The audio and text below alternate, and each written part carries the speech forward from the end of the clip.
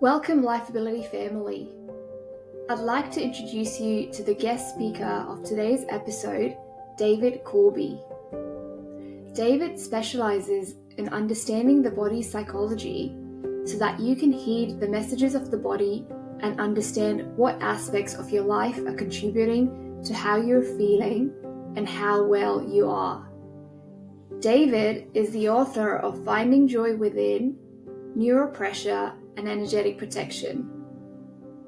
David has more than 20 years of clinical experience working on a broad range of chronic illnesses and conditions, psychological well-being, and neurological conditions. He is also a very experienced teacher of Holistic Kinesiology and Mind-Body Medicine in Australia and Europe. David is also the director of the College of Complementary Medicine in Australia, which is based in New South Wales and Victoria.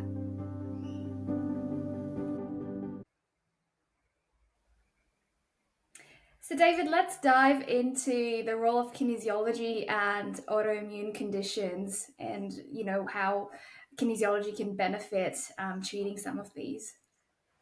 Okay.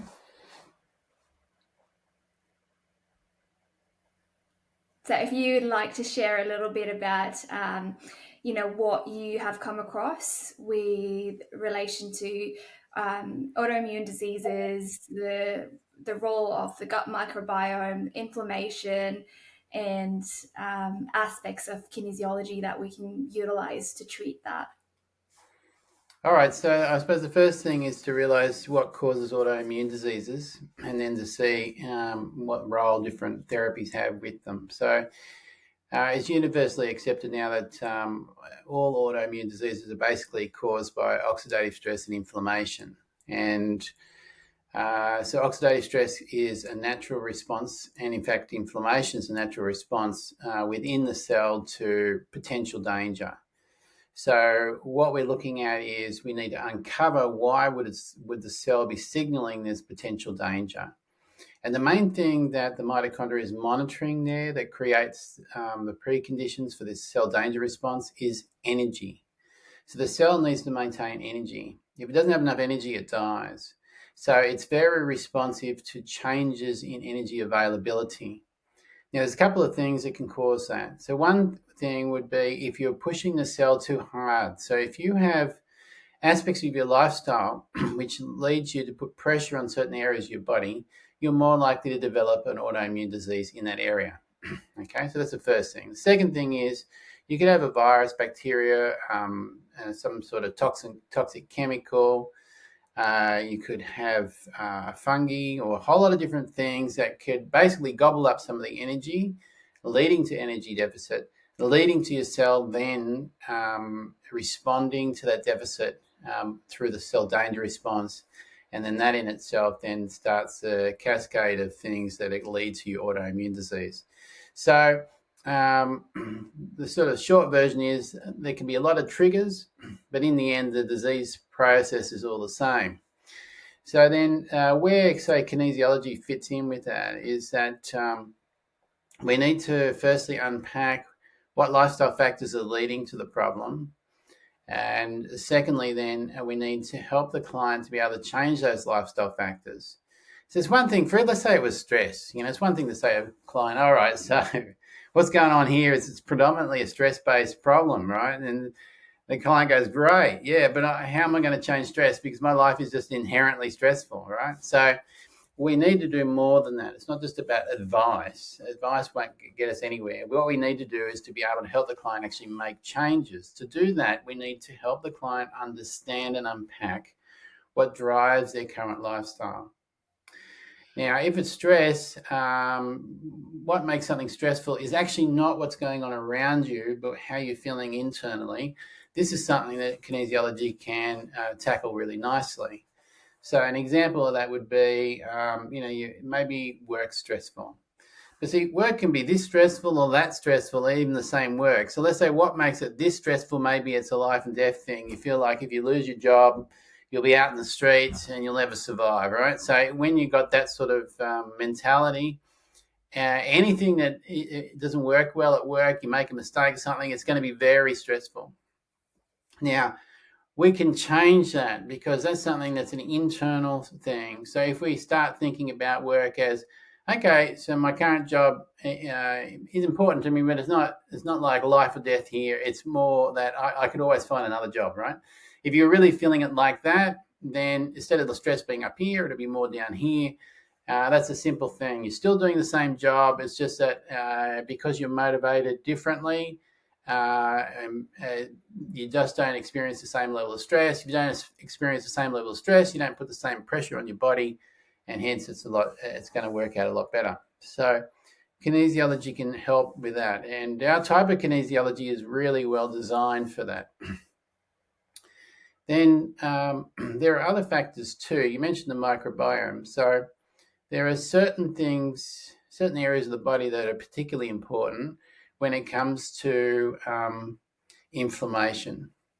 So the way it works is that if there's a problem in one area of the body, the cells in that area tend to send an alert out to the rest of the body saying, hey man, you need to get ready because there's a potential problem coming along. And so it's like this low grade of alert goes out. Now, as it goes out, you end up with this general level of inflammation throughout the whole body, and that in itself creates preconditions or makes it more likely you're going to develop disease. Now, one of the key areas of the body that tends to get inflamed is the gut, and the reason for that is generally we eat badly.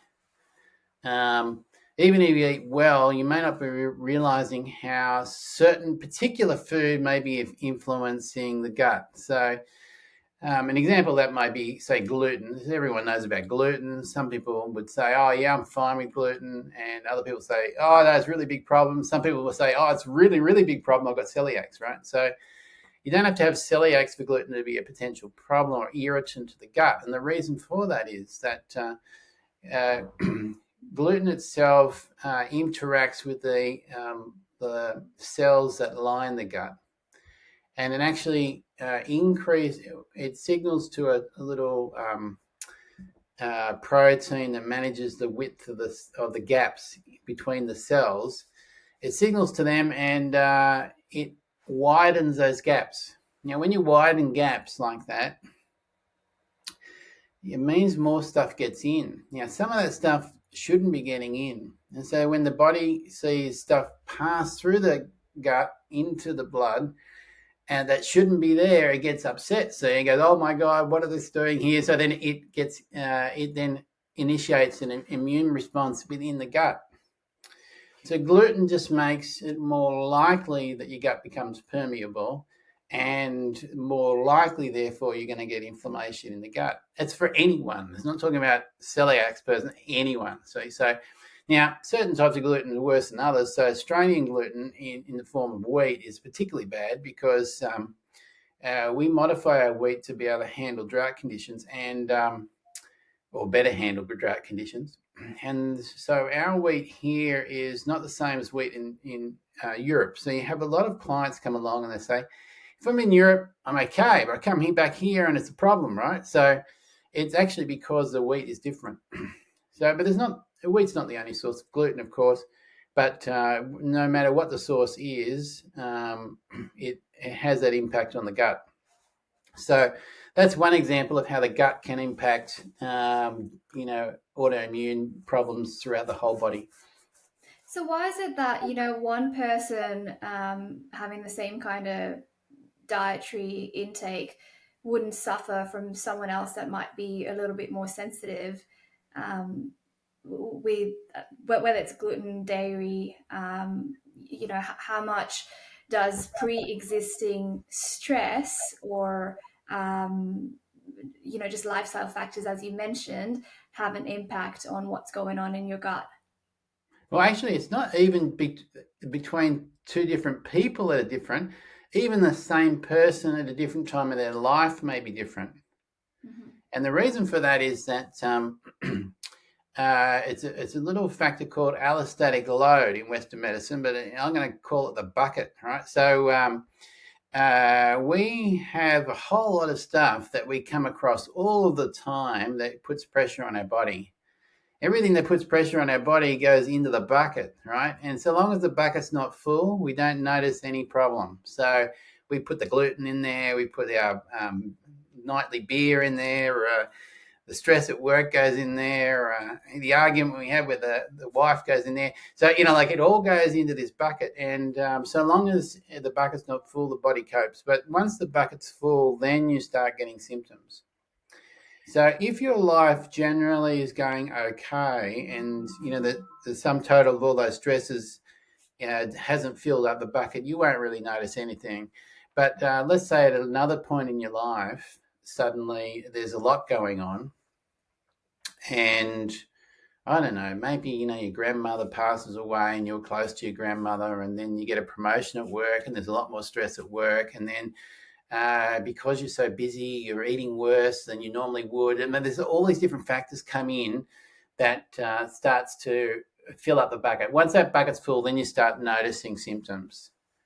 And it can get into a bad spiral too, because once you get more inflammation, it can be harder then to get back to having less, because the actual inflammation itself does further damage, makes the bucket even fuller, right? So then you get this bad spiral going. Can be hard to stop. So there are certain different ways we attack that, but the most important is we're just trying to pour out things out of the bucket so the body can get back on top of the situation. So it's similar to like the window of tolerance that you were talking about, and once we reach that, um, we need to be able to, I guess, resolve some of that. What is to say once we've resolved, what the underlying factor is and what the motivator might be, that will then have an impact on the person less likely develop or redeveloping a condition like that again. I think people don't realize just how much control they have over their own health. And one of the reasons why I started our college and teaching kinesiology all those years ago was that I really recognized the power of the individual to do something over their own health. And I felt like people didn't understand just how much power they had. A lot of people feel powerless with their health. Like it's just something that's happening to me randomly. And once they start to realize, actually, no, it's not happening randomly. You don't develop a chronic disease out of nothing. You develop it out of your lifestyle, out of how you've been living your life for the last 20 years, basically. So once you start understanding that and unpacking that, it's actually quite empowering, because you realize, okay, if I've developed it because of all the things I've been doing, I can undo all those things and I can actually start improving things. So that's certainly my attitude with clients. And I've seen people make enormous changes. And some things that almost aren't meant to happen have happened. And so the one thing I believe in more than anything else is the power of a client to make themselves well. And when you say being able to look at what's going on and changing that, we're not only talking about lifestyle factors, right? We're talking about how one's perceiving the information that they're receiving from their environment. So their thought processing has a lot to do with what's going on internally. But then there's also this concept of thinking positive thoughts and expecting things to change without believing in them. So what's your say in that, in comparison to um, fully changing your habits as opposed to just using thought alone? Well, the most important relationship we have is with ourselves. So the foundation of all stress comes from our poor relationship with self. It's not about the job. It's not about anything external. It's about our internal state. So the easiest route to me helping people is to help them with that relationship. That's the key. And as they start to feel better about themselves, their health improves. That's basically the bottom line. You can work with a whole lot of other things. Obviously the diet is going to be important, whether you meditate or don't meditate, whether you breathe deeply or don't breathe deeply. There's a whole heap of things you can do to help yourself get better. I mean, you can walk every day. You can fast intermittently. There's a million things, right? I could put a whole list out. But the bottom line, though, is all those things are great. But the most important single thing in our life is our relationship with ourselves. Okay, it dictates, it drives all the stress in life. When we feel bad about ourselves, when we give ourselves a hard time, we have more stress. The more expectations we have on ourselves, the more likely we are not to meet those expectations, the more we're going to give yourself a hard time, and that means the more stress we'll be under. Very simple equation. So fundamentally, if I want to work with someone, I need them to be comfortable in their own skin and unconditional in their regard for themselves. That's the key. And so you mentioned that kinesiology can, help understand what might be adding more stress to that person's body and lifestyle. And you were mentioning some of the physical aspects, like toxicity being one of them. But when we're looking at the relationship with self and that mind body connection, particularly with the way things are taught at the College of Complementary Medicine in Australia, what would you say is different compared to the other streams out there of kinesiology? Well, we put a lot of emphasis on that mind-body link.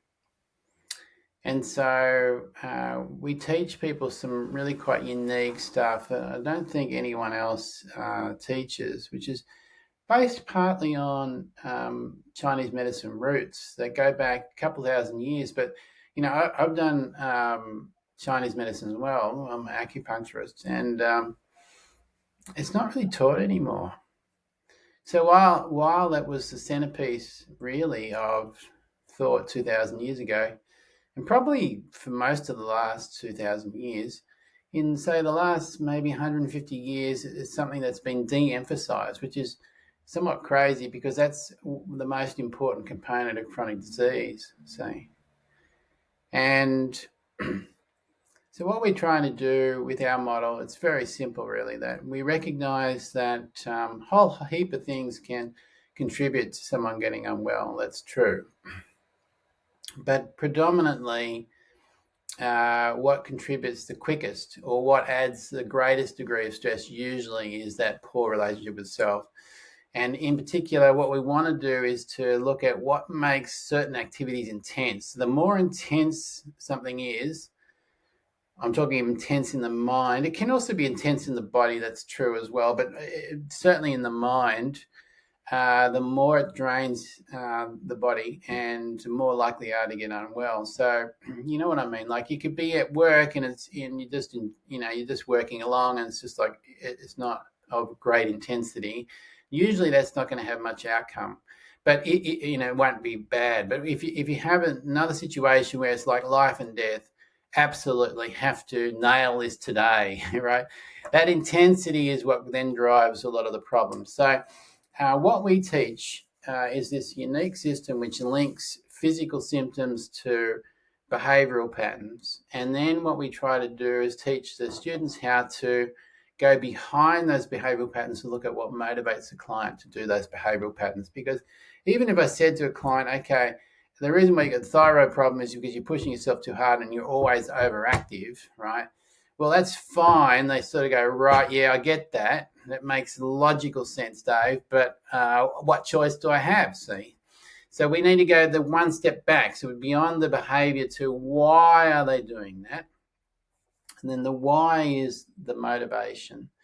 So the motivator is always a feeling. We need to be able to address that feeling. We need to have answers for that feeling that are different from what they're currently doing. And once the clients start to open their eyes to that, it completely transforms their life. I had a lady once who had a really big problem with estrogen. So she had very high levels of estrogen, and it was causing a lot of disease patterns. So she'd had abnormal cells in her breast tissue. She'd had some uterine cancer. She'd had really, really bad endometriosis, like shocking it was, and also had some fibroids and so on. So anyway, it was pretty bad, and the doctors were concerned for her, future prognosis if they couldn't get those hormone levels down. So they were doing different things to try to help, but it just wasn't working. So she came to see me. Anyway, so her lifestyle was really problematic. She was working 60-hour weeks, and when you work a lot as a woman, what you're doing is you tend to have more cortisol, right? So cortisol is a stress drug, and women create cortisol from progesterone. Okay, it's the basic biochemistry. Progesterone, of course, is a really important hormone that balances estrogen. So if you don't have enough progesterone because you're very stressed, you're going to start to get estrogen dominance problems. And that's what she was getting. So I needed to be able to help her with that stress in order to help that estrogen problem. And to do that, we needed to be able to change her lifestyle. But to do that, we need to work, why is she flogging herself? See? Anyway, so the sort of more or less came down to that she didn't see that she had any value. And so she's trying to get value by helping people through her work. And so the key then was to help her to be able to feel like she was valuable independent of work. Right. Once she got to that point, her whole life changed. She made all these different decisions, and her relationships improved. She got a guy in her life who was actually really respectful and good, and she enjoyed a lot of different things there. And she worked, more like a normal full time, a lot of hours rather than 60 hours a week. Anyway, all within about a space of about a month, once she made these changes, her estrogen went back to normal. So that's a good example. If you address the motivator, then people just naturally make changes. Now, it doesn't have to be necessarily that they'll change their work. It can be actually often that just work becomes less stressful. So it's less about what you do. It's more about why you're doing it that makes it stressful. Mm-hmm. And so, from what I'm hearing you say, is someone can change their physical environment with lifestyle factors, but if we're not understanding those driving factors and that emotion isn't being addressed, then they're still going to be having some of those challenges. Even if they do make some physical changes, they might have less of them. But if we're not identifying and addressing that root emotion, then they're, going to, I guess, replicate that in different areas of their life. Is that right? That's right. You see that all the time, don't you? So, like, someone comes in, they've had 4 bad relationships, right? And they say all of them treated me badly, blah blah blah blah. So the one common denominator is themselves. So if we're going to make a change here, they'll need to change how they are with themselves. So I'll give you an example. That I had a lady once come in, and she was about 82, lovely lady. Anyway, she said, I want to leave my husband because he never does anything around the house, right? I go, all right, okay. So, but then what we unpacked was that she's uncomfortable being supported. So we worked on her feeling good about supporting herself and allowing support in. And she came back the next time and go, "What have you done with Norman? I can't believe it. He's cooking dinner and he's doing the dishes. And I'm like, he's never done this, So it's not so much that he changed, but she changed. So, how people interact with us in part is determined by how we feel about ourselves, right? So there's a lot that can be done when we change how we are with ourselves, and it does change a lot of different factors, right? So I think that's a good example. And would you say something like sleep, which, if we have poor sleep in general, and, that's obviously going to impact our inflammation rate in our body, that's then going to progress the autoimmune conditions a lot more also. But understanding why we're either not sleeping well, why we're having difficulty, falling asleep, and resolving that. So again, resolving that emotional aspect is then going to, I guess, translate into all these conditions not progressing to what they might do in case we don't. Because someone can have a really good sleep hygiene or a sleep routine, and it still doesn't eradicate their sleep problems. But when we go into the psychology of that can, then I guess resolve some of that. Yeah, there's lots of components to sleep, but I think the simplest way of looking at it is sleep is the time of day when we're doing nothing. So people that have problems with sleep, one of the reasons they have it is because they actually don't like doing nothing. So that they're the people that are active all the time, you know. Now, it's a particular type of activity. We're talking about really intensity, I suppose. So they usually are focused on other people, and they continually drive themselves to help other people. And then what happens then with that sort of mentality is there's no room for rest. So they don't like that moving into a still space. They don't do it during the day, and so when they come to night, they don't sleep so well. Now, there's a physiology with that. I mean, if you that sort of mentality, what tends to happen is you get what we call in Chinese medicine blood deficient, and that really, I suppose, in Western medicine would translate into being somewhat nutrient deficient, a bit dehydrated, and so on. And when certain nutrients are lacking, you don't produce enough melatonin, and that then impacts on your sleep. Okay, so you can dovetail it around, but there's a certain psychology that's associated.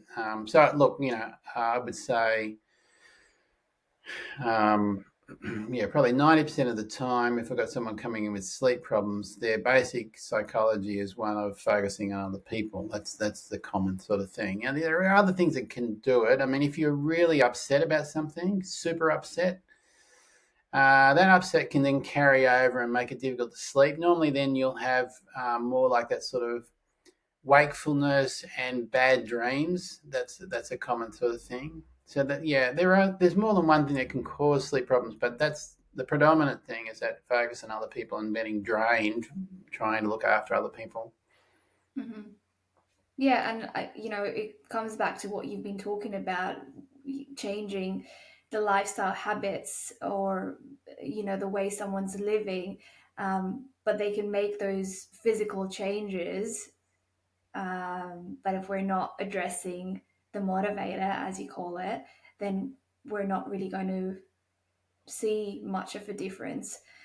Um, so thank you so much for sharing a little bit about, autoimmune conditions, and I guess the role of traditional Chinese medicine in helping that through kinesiology. I'd love for us to finish off with 3 questions. The first one being, how would you like to see the future of holistic health and well-being? Well, I think the future is really one where we start to emphasize the person's own power over their own health. And mind body medicine, kinesiology is really well suited for that. It should be a very much a client centered sort of approach. And there are a lot of other, there's a lot of tension now going on to those factors, because in Western medicine, there's a few big changes that have been occurring that emphasize the importance of how a person engages with their own health in terms of their long-term outcomes. So there's the epigenetic data and research, there's the mitochondrial research, and there's the research into placebo, right? Those 3 in particular absolutely emphasize the importance of how a person is engaging their life and how that drives their health outcomes. And so Western medicine is not really well adapted to that, because generally speaking, it's more about treating symptoms, not so much in helping people change their lifestyle.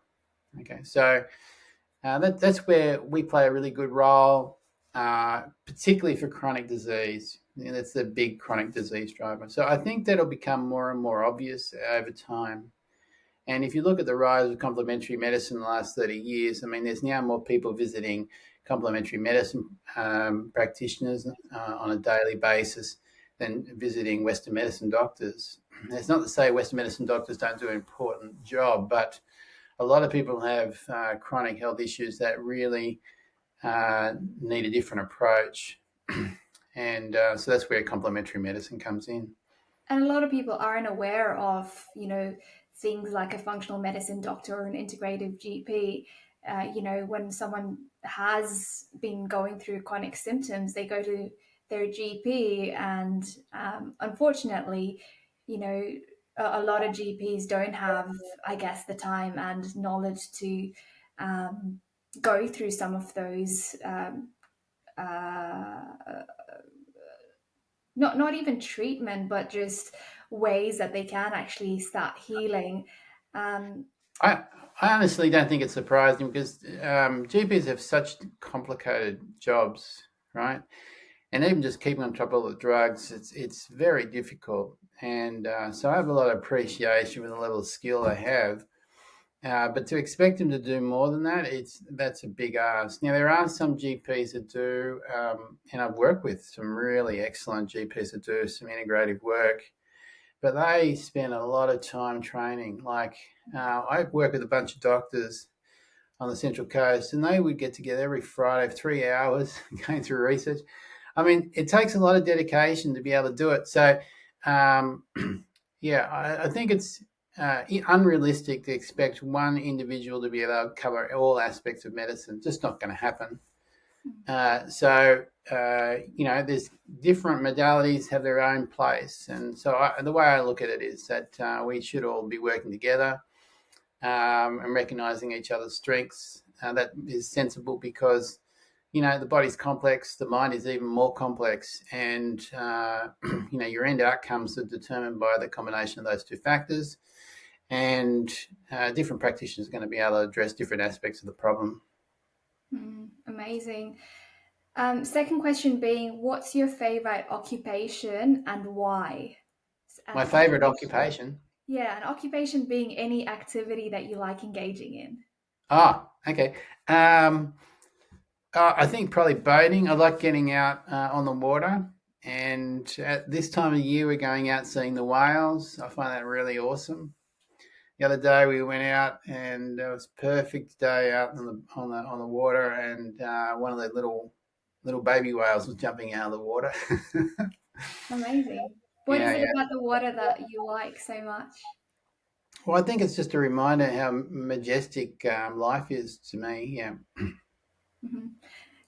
And the last question being, if someone's just been newly diagnosed with a autoimmune condition or has been having chronic health symptoms for a while, what are three resources you can recommend for them to start changing their life? Um,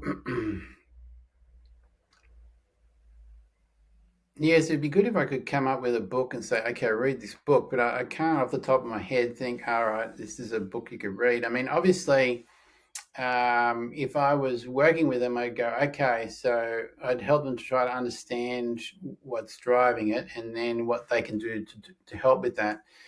If you're looking at three things that generally will help any autoimmune condition, then definitely intermittent fasting can be really useful. It's fairly simple. What you just want to do is finish eating early in the evening, maybe 5 p.m. or something. Don't eat anything after that, and then just have your normal sort of breakfast and lunch. That helps a lot. That's a simple thing. Second thing probably would be breathing exercises and meditation. So that can have a really big impact on your sympathetic nervous system tone, which is absolutely critical for a whole wide range of things, but particularly for inflammation. So that's a second simple thing you can do. There's lots of different breathing techniques that really quickly help you to feel more relaxed. And the third thing would be to cook in water. So a lot of people prefer barbecuing or grilling or something, particularly when you're talking about protein. So we're talking about meats and so on. But when you cook meats on a barbecue or in the oven, when you roast them, it changes some of the chemicals in the meat, and those chemicals make it much more inflammatory. So I've seen some studies of this where they have exactly the same food and they just cook it in different ways. And the difference is about 40% in terms of level of inflammation coming from that food in terms of when they take the bloods before and after. So, 40% is a huge difference in circulating inflammatory chemicals, right? And it's a very simple thing to do, just cook more in water. So, you stew things or you have soups rather than putting it in the oven. Now, if you put vegetables in the oven and roast them, that's fine. Vegetables aren't really the problem. It's more protein sources where you need to be more careful. Okay, amazing. So intermittent fasting, cooking in water, and breathing and meditation. Yep. Is there a simple breathing technique that you can demonstrate for someone to, activate the parasympathetic? Yeah. So the simplest one is the breath out needs to be longer than the breath in. Okay, so when we're breathing out, we're activating components of the medulla that calm down the nervous system. So it's called the social nervous system or polyvagal theory. But basically, the breath out is the key one. So if we breathe in for 4 seconds, hold your breath for 7 seconds, and then breathe out for 8 seconds. So 4, 7, 8. That's actually really useful, and you find within about 5 or 6 breaths you're feeling a lot calmer. 4 seconds in, hold for 7, out for 8. Okay, and the second thing in terms of breathing is just diaphragmatic breathing. So you need to breathe into your belly. A lot of people breathe up the top here, and that's not good. That tends to keep the stress in there. The diaphragm itself is extremely important for holding on to stress. So if you start using the diaphragm and releasing that muscle, you'll feel a lot calmer. Amazing. Thank you so much, David. If people want to find out a little bit more about you, where is the best way to find more about you and your offerings? So I run a College of Complementary Medicine, CCM. So you can always Google that if you want to find out about me. davidcorby.net is my own website. Amazing. Thank you. Okay, no worries.